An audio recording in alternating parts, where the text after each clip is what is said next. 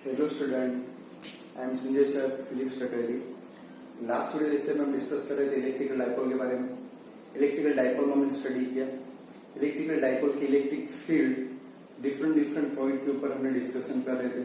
Okay, तो electrical field due to electric dipole की बात करें तो उसमें हमने एट एक्सियल पॉइंट और एट ऑन इक्वेटोरियल पॉइंट के ऊपर हमें इलेक्ट्रिकल फील्ड फाइंड करना है. तो लास्ट लेक्चर में हमने एक्सियल पॉइंट के ऊपर इलेक्ट्रिक फील्ड निकाला था ड्यू टू इलेक्ट्रिक डाइपोल. आज हम निकालेंगे electric field due to dipole at on equatorial point. तो फर्स्ट ऑफ ऑल हम इलेक्ट्रिकल डाइपोल यहाँ पे ड्रॉ करते हैं. इलेक्ट्रिकल डाइपोल में पता है क्या होता है, तो कि system of two equal and opposite charge. Okay, तो यहाँ पे मान लो कि एक अपने पास प्लस क्यू चार्ज है और यहाँ पे एक चार्ज अपने पास माइनस क्यू. इक्वल मैग्नीट्यूड है, अपोजिट नेचर वाले. ओके, दोनों का जो सेपरेशन है, दोनों के बीच का जो डिस्टेंस है, वो डिस्टेंस हम कंसीडर कर रहे थे 2a जितना. ये जो डिस्टेंस है वो कितना है, तो 2a जितना है. और ये जो इसका सेंटर है, सेंटर से ये डिस्टेंस कितना होगा, a जितना. ये डिस्टेंस भी कितना होगा, a जितना. ओके, क्लियर है ना. अभी हमें पता है डाइपोल मोमेंट की डायरेक्शन कहाँ से कहाँ होती है. डाइपोल मोमेंट की डायरेक्शन p वेक्टर इस तरफ होती है, नेगेटिव टू पॉजिटिव. ओके, अभी इस डाइपोल की वजह से हमें निकालना इलेक्ट्रिकल फील्ड. एक्सिस के ऊपर हमें निकाल दिया, एक्सिस के ऊपर. एक्सिस मतलब जो कॉमन लाइन पास होती है दोनों चार्ज में से, वो इक्वेटोरियल लाइन कौन सी, तो जो उसके बाइसेक्टर में से जो लाइन पास होती है वो. तो बाइसेक्टर मतलब सेंटर वाली लाइन, तो सेंटर वाली लाइन ड्रॉ करते हैं. इसके ऊपर कोई ऑब्जर्वेशन पॉइंट ले लेते हैं जहाँ पे हम फील्ड फाइंड कर लेते हैं. ये अपनी इक्वेटोरियल लाइन है. इस इक्वेटोरियल लाइन के ऊपर ये कोई अपना ऑब्जर्वेशन पॉइंट P, यहाँ पे हमें फील्ड फाइंड करना है. ओके, सेंटर से कितना डिस्टेंस है, तो हम कंसीडर करते हैं ये डिस्टेंस r जितना है सेंटर से. ओके, अभी जहाँ पे भी फील्ड फाइंड करना होता है फर्स्ट वहां पे हमें क्या ले जाना है, टेस्ट चार्ज को लेना है. हमें टेस्ट चार्ज यहाँ पे लेंगे. तो इस टेस्ट चार्ज के ऊपर ये पॉजिटिव चार्ज फोर्स लगाएगा, और फोर्स लगाएगा इसका मतलब है कि यहाँ पे कोई ना कोई फील्ड होनी चाहिए. तो ये पॉजिटिव चार्ज का जो फील्ड है उसके वजह से यूनिट चार्ज अपने पास जो टेस्ट चार्ज है उसके ऊपर क्या होगा, फोर्स एक्सर्ट होगा. फोर्स रिपल्सिव होगा, इस डायरेक्शन में मिलेगा. तो इस फोर्स की डायरेक्शन ड्रॉ कर दीजिए यहाँ पे. ये फोर्स ये डायरेक्शन में मिलेगा, और जिस डायरेक्शन में फोर्स होगा वही डायरेक्शन में फील्ड होगी. मतलब प्लस चार्ज की वजह से फील्ड इस डायरेक्शन में. ये नेगेटिव चार्ज है, नेगेटिव चार्ज है, तो नेगेटिव चार्ज में फील्ड जो है वो क्या होगा, ये चार्ज को क्या करेगी, उस फील्ड को अपनी तरफ अट्रैक्ट करेगा. तो अट्रैक्ट करेगा तो फोर्स की डायरेक्शन अपनी तरफ होगी. ओके, तो इस तरफ होगा फोर्स, तो फील्ड भी यही होगा. ओके, क्योंकि फील्ड की डायरेक्शन कौन सी होती है, तो फोर्स की डायरेक्शन वही फील्ड की डायरेक्शन होती है. ओके, तो नेगेटिव चार्ज की वजह से फील्ड मतलब अपनी तरफ होगा, अट्रैक्ट होगा, और रिपल्स मतलब अपोजिट. ओके, इतना क्लियर. पॉजिटिव चार्ज से टेस्ट चार्ज का बीच का डिस्टेंस हम कंसीडर कर लेते हैं. ये जो डिस्टेंस है y जितना है. ओके, ये डिस्टेंस हम कंसीडर कर लेते हैं y जितना. सिमिलर ये डिस्टेंस भी y जितना ही है. ओके, एक कंसीडर करते हैं कि एंगल थीटा है. अब ये डिस्टेंस भी y है, ये डिस्टेंस भी y है, तो एंगल भी कितना होगा, थीटा का होगा. ओके, अभी हमें यहाँ पे देखो कि नेट चार्ज नेट फील्ड निकालना पॉइंट P के पास. तो पॉइंट P के पास नेट फील्ड क्या होगा, EP इक्वल्स टू, तो ये दोनों का एडिशन होगा. लेकिन देखो दोनों का एडिशन हम नहीं कर सकते. क्यों, क्योंकि दोनों ना तो इक्वल मतलब सेम डायरेक्शन में भी नहीं और अपोजिट डायरेक्शन में भी नहीं, मतलब सब्ट्रैक्ट भी नहीं कर सकते, ऐड भी नहीं कर सकते. तो क्या करें, तो ये दोनों फील्ड का हमें कंपोनेंट निकालना पड़ेगा. तो कंपोनेंट निकालते, चलो तो कंपोनेंट कैसे निकालते पता है हमें. ओके, तो यहाँ पे पैरेलल लाइन, इसके पैरेलल एक लाइन ड्रॉ कर देते हैं यहाँ पे, फिर इसके परपेंडिकुलर कंपोनेंट निकालते हैं. तो ये अपना E प्लस है, इसका कंपोनेंट निकाला परपेंडिकुलर कंपोनेंट, मतलब मैं साइन कोस के कंपोनेंट में इसको कन्वर्ट करना है. तो देखो कि यहाँ पे ये एंगल थीटा है, इसके पैरेलल ये लाइन. तो हमें पता है दो पैरेलल लाइन के इंटरसेक्ट होता है, तो एंगल थीटा होता है, तो एंगल भी क्या होगा, थीटा. तो यहाँ पे एंगल थीटा है, ये लाइन और ये लाइन पैरेलल है, और ये इसका इंटरसेक्शन है. तो ये थीटा, तो ये भी थीटा होगा, ये थीटा है, तो ये भी थीटा होगा. तो ये एंगल कितना होगा, थीटा का होगा. थीटा के साथ वाला कंपोनेंट होता है उसको हम लेते हैं E plus cos theta. Plus charge की वजह से मैंने E प्लस लिखा. और कौन सा कंपोनेंट, एंगल के साथ वाला component cos theta. Another component होता है वो E प्लस साइन थीटा, इसके परपेंडिकुलर कंपोनेंट दोनों, ओके 90 डिग्री पे दोनों कंपोनेंट। सिमिलर माइनस के वजह से जो फील्ड में थे इसके भी परपेंडिकुलर कंपोनेंट निकालने पड़ेंगे, तो कंपोनेंट कौन से हो गए, ये दो हो गए। ओके, इसमें कोस वाला कंपोनेंट कौन सा है, तो हमें पता है कि अल्टरनेटिंग एंगल, ये एंगल थीटा होता है तो ये एंगल भी थीटा होता है, तो यहाँ पे देखो ये एंगल थीटा है, तो अल्टरनेट एंगल ये भी क्या होगा, थीटा होगा। तो थीटा के साथ वाला कंपोनेंट क्या होगा, E minus cos theta, minus का कंपोनेंट निकाल रहे माइनस चार्ज का, और ये भी क्या होगा, E minus sine theta. Okay, तो यहाँ पे ये होते दोनों चार्ज के वजह से जो मैग्नीट्यूड है वो निकाल देते हैं फर्स्ट। तो मैग्नीट्यूड निकाल रहे हैं हमें, electric field due to plus charge. Okay, electrical field due to plus charge का होगा e plus equals to, formula क्या है, k q upon r square, distance होता है दो चार्ज के बीच में, तो ये डिस्टेंस है अपना वाई, तो यहाँ पे आएगा वाई स्क्वायर, स्केलर फॉर्म में ले रहे हैं। सिमिलर ऐसे ही इलेक्ट्रिक फील्ड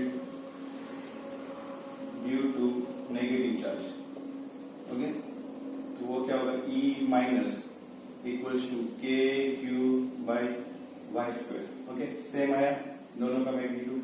तो हम यहाँ पे देख सकते हो कि जो ई माइनस साइन थीटा और ई प्लस साइन थीटा है, यहाँ पे देखो here e plus sine theta and e minus sine theta are equal in magnitude and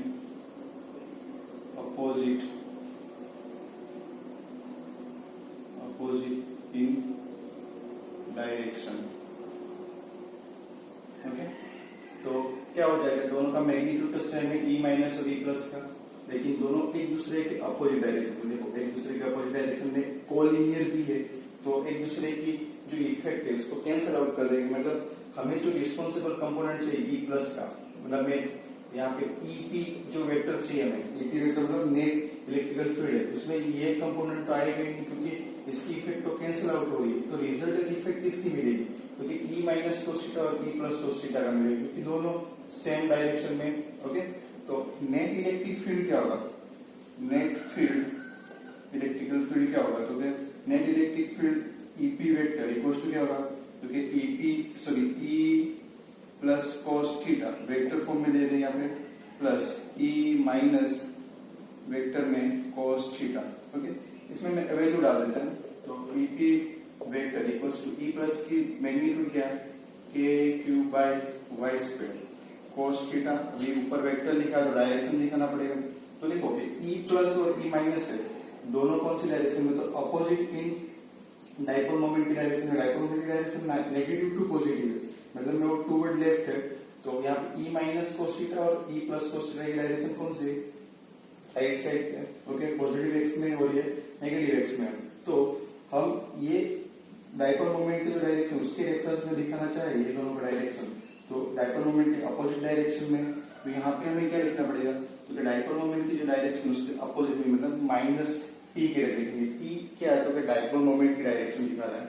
okay, plus similar magnitude है k q by y square cos theta, ये minus p के रेट। Okay, simplify करें दोनों सेम है तो 2 times हो जाएगा, e p vector equals to 2kq by y square cos theta minus p के रेट। अभी देखो इस फॉर्मूले के अंदर हमारे पास ये जो y है ये अननोन है, नोन क्या है, तो दो चार्ज के बीच का सेपरेशन हमें पता होता है और जो ऑब्जर्वेशन डिस्टेंस r है वो पता होता है, तो हमें ये y को कन्वर्ट करना पड़ेगा a के टर्म में और r के टर्म में, और एंगल भी हमारे लिए अननोन है, हमने तो कंसिडर किया था इजीली इसलिए, तो एंगल को भी कन्वर्ट करना पड़ेगा y और इसके टर्म सॉरी a और r के टर्म में। तो चलो कन्वर्ट करते हैं, तो यहाँ पे ट्राइंगल दिख रहा है, इन राइट एंगल ट्राइंगल कौन सा है, क्योंकि a ये पॉइंट को कंसिडर कर लेते हैं, ये जो पॉइंट है इसको a ले लेते हैं, इसको b, ये तो p है ही अपना पॉइंट और ये अपना o। ओके, तो राइट एंगल ट्राइंगल कौन सा दिख रहा है, APO में, APO में ये अपना right angle triangle angle theta, distance y, ये r, और ये हमें y निकालना, पाइथागोरस थ्योरम अप्लाई करें तो y स्क्वायर इक्वल्स टू क्या आएगा, r square plus a square, तो y equals to in bracket r square plus a square, उसकी पावर कितनी होगी 1/2। ओके, एंगल निकालना चाहते हैं हम, तो cos थीटा इक्वल्स टू क्या होता है adjacent upon hypotenuse. Okay, value put कर दे तो cos theta equals two adjacent क्या है a, हाइपोटेन्यूस का निकला है y, तो y की वैल्यू पुट कर दे cos theta equals to a upon y की वैल्यू क्या है तो r square plus a square, इसकी पावर 1/2। ओके, सभी वैल्यू जो है y स्क्वायर और cos थीटा की वैल्यू इस इक्वेशन में पुट कर देते हैं, तो EP वेक्टर इक्वल्स टू क्या है अपने पास माइनस देना के लेते minus k cube, 2k cube है अपॉन y की जगह पे r square plus a square. Okay, ये y की जगह पे मैंने वैल्यू पुट कर दी, y स्क्वायर की जगह पे okay r square plus a square, cos theta की जगह पे ये वैल्यू पुट कर दी है a by r square plus a square, power है 1/2। Okay, into p caret minus sign आगे ले लिया। ओके, और सिंप्लीफाई करा तो EP वेक्टर इक्वल्स टू यहाँ पे माइनस के, यहाँ पे 2a क्यू को साथ में ले लिया 2a क्यू, ये p कैरेट डिवाइडेड बाई ये दोनों को मर्ज कर दे तो ये हाफ और ये 1 है, तो पावर कितनी हो जाएगी r square plus a square, power होगी 3/2, ये 1 और ये हाफ, तो पावर कितनी 3/2, इसकी पावर 1 है और इसकी पावर 1/2 है, तो टोटल पावर कितनी हो जाएगी 3/2। ओके, सिंप्लीफाई करते हैं, यहाँ पे 2a क्यू क्या लिख रहा है तो क्या डाइपोल दिख रहा है, 2a क्यू मतलब डाइपोल मोमेंट, तो EP वेक्टर इक्वल्स टू लिख सकते हैं minus k p into p caret divided by r square plus a square, power है 3/2। अभी हमने देखा था वेक्टर में कि कोई यूनिट वेक्टर था वो क्या होता था कि वेक्टर डिवाइड बाय वेक्टर का मैग्नीट्यूड, तो यूनिट वेक्टर इनटू मैग्नीट्यूड करें तो क्या मिलेगा, वेक्टर मिल जाएगा, यूनिट वेक्टर इनटू मैग्नीट्यूड करें तो आपको क्या मिलेगा, ये मैग्नीट्यूड विद डायरेक्शन, तो वो वेक्टर क्वांटिटी हो जाती है, तो इसमें हम ऐसे लिख सकते हैं EP vector equals to minus k P vector divided by r square plus a square, power है 3/2।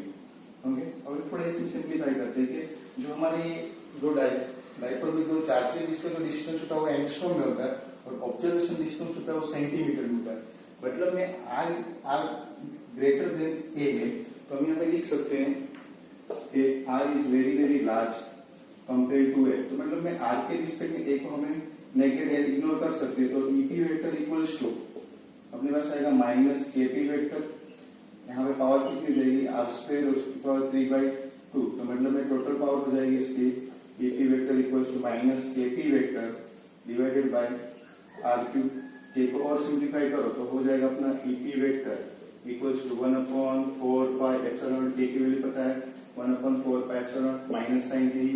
Okay, E vector divided by r cube, तो ये अपना नेट इलेक्ट्रिक फील्ड मिला ड्यू टू इलेक्ट्रिकल डाइपोल और कौन सा पॉइंट पे एक equatorial point. Okay, important derivation है न्यूमेरिकल्स के अंदर, ये फॉर्मूला याद रखना है। ओके, ये फॉर्मूला याद रखना है और डायग्राम तो ऊपर से ही पूरा इजी है।